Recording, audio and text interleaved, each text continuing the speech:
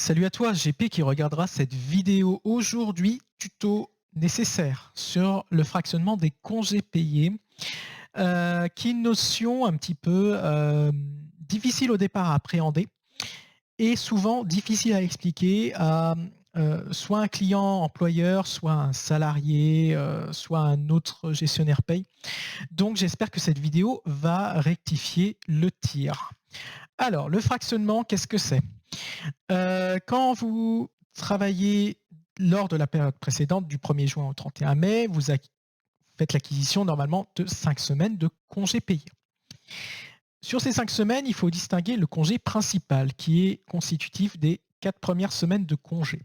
Il faut savoir que la 5e semaine, c'est une disposition historiquement entre guillemets «récente» de 1982, qui est l'année de naissance de Tony Parker et de Nolwenn Leroy, il me semble. Bref, autrefois l'intégralité des congés ne pouvait être posée qu'en été. Donc avec l'augmentation du nombre de jours acquis, le code du travail adopte, parce qu'au départ en fait on a eu 2 semaines, puis 3 semaines, puis 4 semaines, etc. Donc en 73, le code du travail donne la possibilité pour un salarié de fractionner ses congés payés, c'est-à-dire de ne pas consommer en une seule fois l'été l'intégralité de ses congés.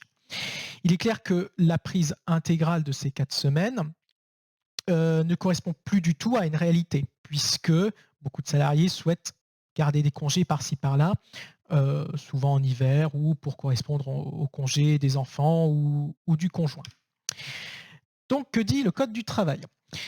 Lorsqu'un salarié fractionne ses congés, il doit bénéficier de congés supplémentaires, mais sous conditions. La première condition, c'est vous n'avez pas consommé plus de 24 jours entre le 1er mai et le 31 octobre, soit la limite des 4 semaines. Deuxième condition, le salarié prend au moins 12 jours ouvrables de congés payés et consécutifs entre le 1er mai et le 31 octobre. Ces 2 conditions étant réalisées, on regarde alors le nombre de congés restants dans le congé principal, c'est-à-dire qu'on ignore toujours la 5e semaine. Et selon ce nombre de congés restants, on aura droit à soit 0, soit 1, soit 2 jours supplémentaires. Si c'est moins de 3 jours, on n'a rien. Si c'est entre 3 et 5 jours ouvrables, on a 1 jour. Et si on a plus de 6 jours, c'est-à-dire plus d'une semaine, en principe, on aura 2 jours.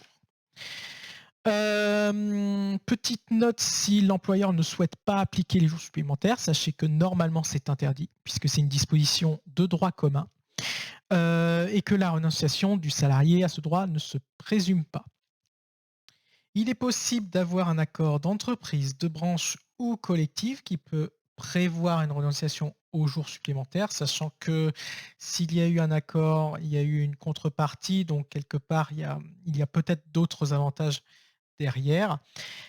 Le salarié qui renonce expressément à ses jours de fractionnement, généralement, il signe le papier parce qu'il comprend rien.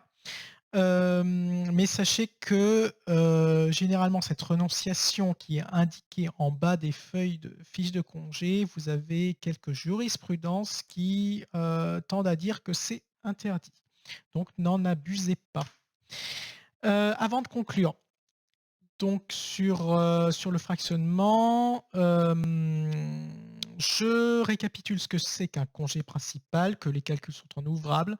Les 2 conditions, donc les 12 jours consécutifs minimum de congés pris et que vous n'avez pas pris l'intégralité du congé principal entre le 1er mai et 31 octobre. Donc on calcule le nombre de jours supplémentaires en fonction des jours restants du congé principal.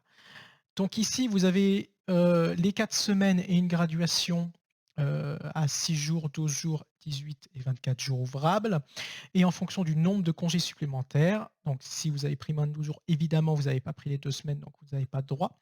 Donc s'il vous reste entre 6 et 12 jours, vous avez 2 jours supplémentaires. S'il vous reste entre 3 et 5 jours, vous avez 1 jour et si vous avez moins de 3 jours, vous n'aurez pas de droit.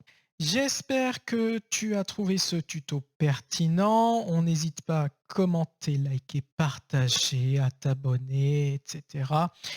En te souhaitant une bonne journée.